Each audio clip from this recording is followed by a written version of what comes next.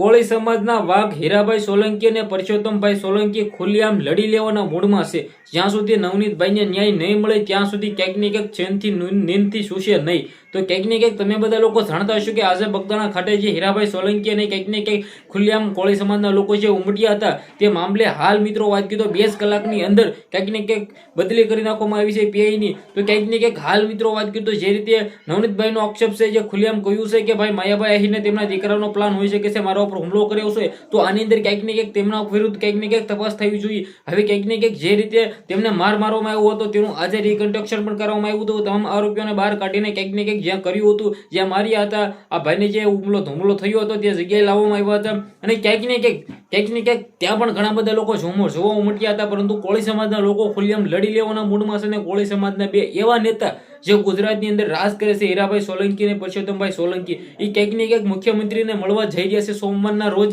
અને ક્યાંક ને ક્યાંક મિત્રો વાત કીધો મુખ્યમંત્રીની સાથે હર્ષભાઈ સંઘવીને મળશે. અને જે 2 કલાકની અંદર જે બદલી કરી છે પીઆઈની, નિતેશ પાંડે જે એસપી છે ભાવનગરના, તેને બદલી કરી છે. તો ક્યાંક ને ક્યાંક શું થયું છે હાલ આપણે વાત કરીએ તો ભાવનગરની અંદર તમે બધા લોકો જાણતા હશો કે એસપી જે કરે એ ઠીક છે, તો ક્યાંક ને ક્યાંક બદલી કરી છે. તો હવે આ બદલી કોના કહેવાથી થઈ છે? શું આની અંદર હીરાભાઈ સોલંકી જે કહ્યું હતું કે એસપી ની બદલી કરીશ, તો શું તે થયું છે? તો ક્યાંક ને ક્યાંક હાલ આપણે વાત કરીએ તો તમે બધા લોકો જાણી લીધું છે કે ભાવનગરની અંદર જે બગદાણા ખાતે જે કોળી સમાજના લોકો જે હજારોની સંખ્યામાં ઉમટ્યા છે, હવે આ મામલે શું આવનારા ટાઈમની અંદર સૌથી મોટા ખુલાસાઓ થાય છે? શું આની અંદર કોઈ પણ પ્રકારનો જયેશભાઈ કે માયાભાઈ એનો હાથ હોઈ શકે છે? તો ક્યાંક ને ક્યાંક હાલ કોળી સમાજના લોકો ખુલ્લેઆમ કહી રહ્યા છે. બાકી તમે આના વિશે શું કહેશો? વિડીયોને શેર કરી, ફોલો કરી, સબસ્ક્રાઇબ વિશે કરવાનું ભૂલતા નહીં, જેથી આવા નવા પલે-પલની અપડેટો તમારા સમક્ષ હું લાવતો રહું. આજના વિડીયોમાં આટલી જ માહિતી. આપણે એક નવા ઇન્ટરેસ્ટિંગ વિડીયો સાથે મળીએ ત્યાં સુધી બધા લોકોને દિલથી ધન્યવાદ. જય હિન્દ, જય ભારત.